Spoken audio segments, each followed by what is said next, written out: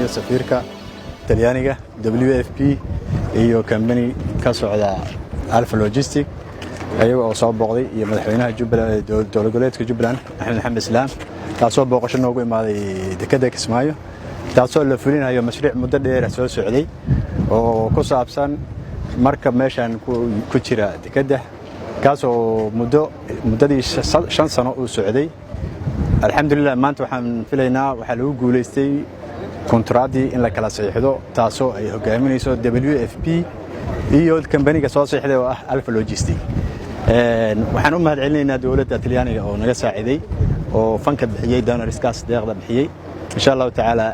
mashruucaasina kulli waa la sharaxay wuxuu ku soo dhamaan doonaa 72 cisho ama 2 bilood iyo 10 cisho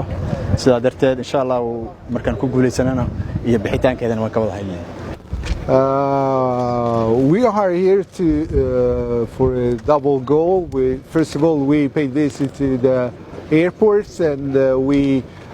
attended the ceremony for the handover of the renovated structure, terminal airport, to the Jubaland authorities. It was made thanks to the financial contribution by the Italian government and implemented by the UNIDO. And we had the second part of our ceremony today by assisting and also watching the signature of the contract between the World Food Programme and Alpha Logistics, a private company who's been in charge of removing the Soviet wreck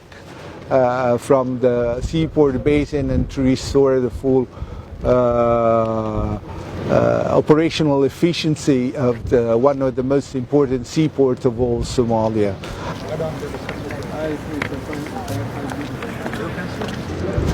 waxaa aad sharaf weyn loogu maanta in ay nagala soo qayb galeen halkan oo laba arrimood ahayd safiirka Talyaaniga iyo wafdi ka socda dowladda Talyaaniga WFP iyo Alpha Logistic iyo maamulka Jubbaland iyadoo muhiimadda safarku ay ahayd in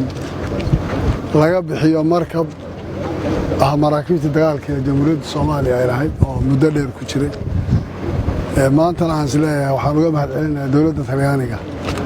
inay maanta bixiso arrintaas iyada ay wax ka qabato waxa kale oo safiirka ka wada hadalay xaaladda guud ee Soomaaliya meesha ay marayso arrimaha Jubbaland iyo amniga iyo doorashooyinka iyo guud ahaan waxaanu ka ahayn iska aragti aad baan ugu mahadcelinayaa dowladda Talyaaniga oo aan isleeyahay si dhow inay shacabka Soomaaliyeed iyo wax qabadkooda iyo waxa taabanaya ay uga shaqeynayso marka heshiiskaas oo hadda sida noo sheegeen muddo yar dhici doona iyaga cadeyn doona hay'adda la wareegtay bixinaysa in hawshaas ay qaadan doonto waqti dhow hadii Ilaahay ila dhamaystirkeeda waan u mahadcelinayaa mar labaad ambassadorka iyo waftigiisa iyo dowladda Talyaaniga arrimo badan oo Soomaaliya maanta xaaladda ay marayso oo wax badan ka hadlayna waxaan filayaa inaan